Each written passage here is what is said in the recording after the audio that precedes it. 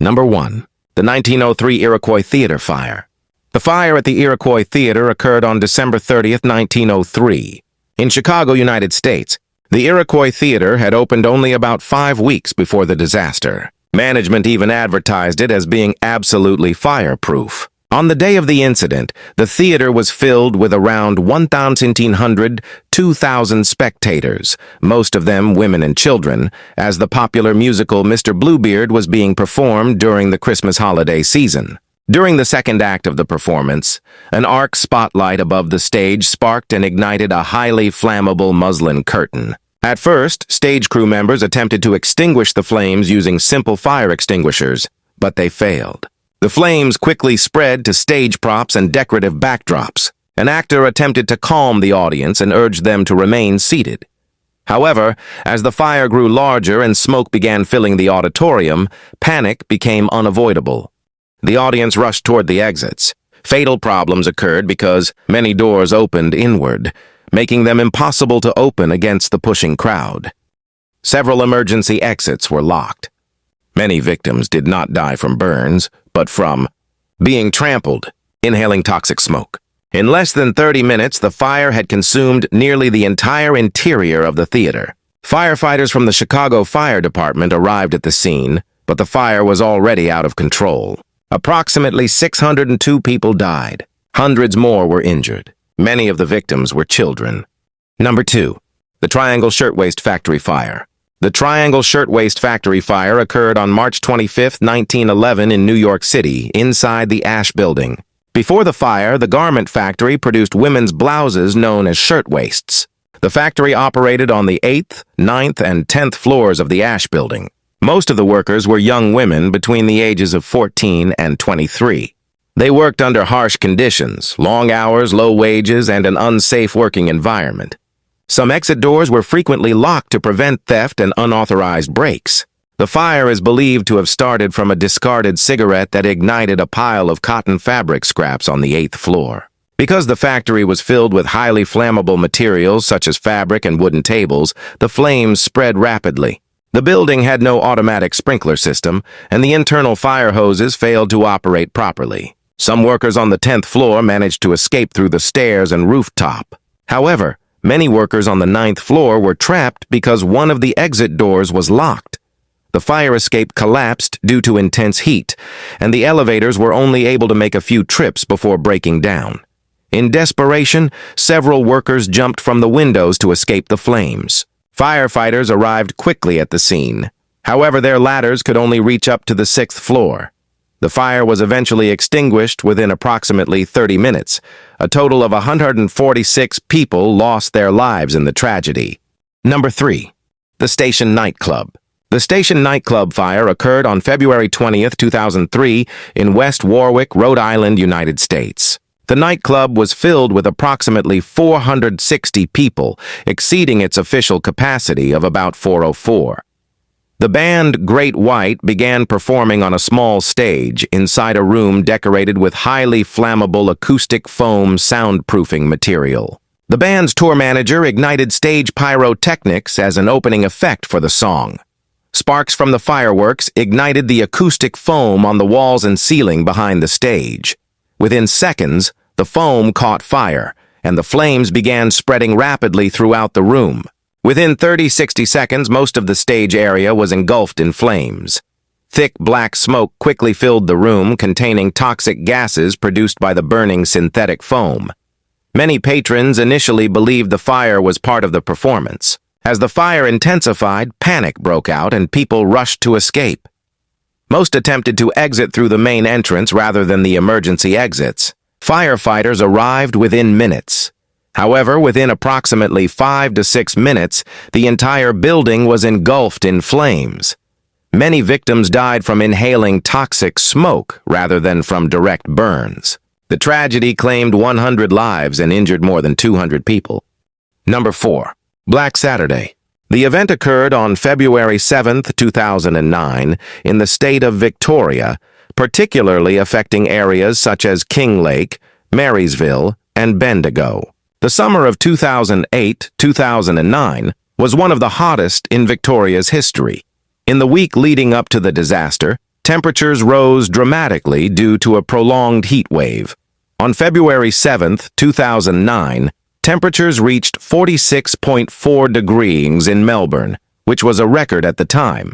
Strong winds exceeding 100 km/h made the situation even worse. Vegetation had become extremely dry after years of drought. All of these factors created the perfect conditions for a massive wildfire. Authorities issued an extreme fire danger warning. Residents living in high-risk areas were advised to leave their homes early for safety. Several fires started almost simultaneously. Some were caused by power lines breaking due to strong winds, while others were suspected to be acts of arson. The powerful winds caused the flames to spread rapidly across dry forests and grasslands. The fires in Kinglake and Marysville quickly developed into a firestorm. The flames moved faster than vehicles, trapping many residents who attempted to escape too late. Numerous homes were engulfed in flames within minutes. Electricity failed in many areas, and communication systems were disrupted. Residents fled to emergency evacuation centers. Firefighters struggled to control dozens of large fires burning simultaneously across the region. About 73 people were killed. More than 2,000 homes were destroyed. Around 450,000 hectares of land were burned. Number 5. Daegu subway fire. In Daegu, South Korea, on February 18, 2003. On that morning at around 9:50 a.m., a subway train on Line 1 arrived at Junggangno Station in downtown Daegu. The train was crowded with passengers traveling to work, school, and other daily activities. Inside one of the train cars was a man named Kim Dae-han, a 56-year-old former taxi driver. He was carrying a bag containing 2 cartons filled with a flammable liquid believed to be similar to gasoline. When the train stopped at the station, Kim took out the flammable liquid and ignited it with a lighter. Several passengers tried to stop him, but the fire had already started. The flames quickly spread to the seats and the floor of the train car, which were made of highly flammable materials. In less than 2 minutes, the fire spread throughout the entire carriage, producing thick, toxic black smoke. A few minutes later, another train arrived at the same station. The driver of the second train did not fully understand the situation. The train eventually stopped at the platform, which was already filled with smoke and flames. As a result, the fire spread to the second train. Passengers inside became trapped in the carriages. Some reports stated that the train doors were not opened immediately, preventing many passengers from escaping. The fire rapidly spread throughout the station, eventually destroying 12 train cars from the 2 trains, the station platform, large parts of the underground station area. Several factors made the disaster even worse. Poor ventilation inside the station, the absence of an automatic sprinkler system, many interior materials that were highly flammable. As a result, toxic smoke filled the tunnels, making it almost impossible for people to see or find the exits. Many victims died not from the flames, but from inhaling toxic smoke and suffocation. Hundreds of firefighters and rescue teams were dispatched to the scene. The fire was finally brought under control about 3 hours later.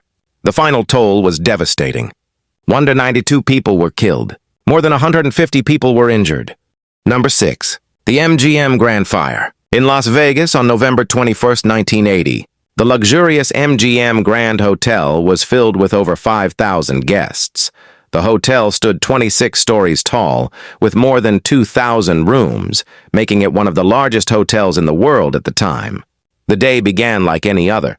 Guests were waking up, some preparing for meetings, others heading to breakfast. Downstairs, in the casino area, staff were already at work. A small fire ignited inside a restaurant known as the Deli, located on the ground floor near the casino. The fire is believed to have started due to an electrical fault inside a wall or refrigeration unit. At first, it seemed minor. Within minutes, the fire spread rapidly through combustible materials. Thick black smoke began to fill the casino floor. The building's ventilation system unknowingly helped carry smoke throughout the hotel. No sprinklers were installed in the casino. Smoke began rising through elevator shafts and stairwells, quickly reaching upper floors. Guests on higher levels, far from the flames, were suddenly trapped by toxic smoke. Many had no idea what was happening. Panic started to spread. Some guests opened their doors, allowing smoke to flood into their rooms. Others stayed inside, trying to seal gaps with wet towels. Emergency alarms were not immediately clear or loud enough in all areas. The Las Vegas Fire Department received the alarm and rushed to the scene. Firefighters arrived to find heavy smoke pouring out of the building. Inside, visibility was near zero. Rescue operations began. Firefighters moved floor by floor, knocking on doors, guiding guests to stairwells. Helicopters started rescuing people trapped on the roof. Many victims were overcome not by flames, but by carbon monoxide poisoning. The fire itself was mostly contained to the lower levels, but smoke had already spread throughout the entire building. Hundreds were injured while trying to escape. Some people broke windows for air, others collapsed in hallways. Aftermath. By the time the fire was fully controlled, 85 people had died, and more than 600 were injured. Don't forget to like and subscribe.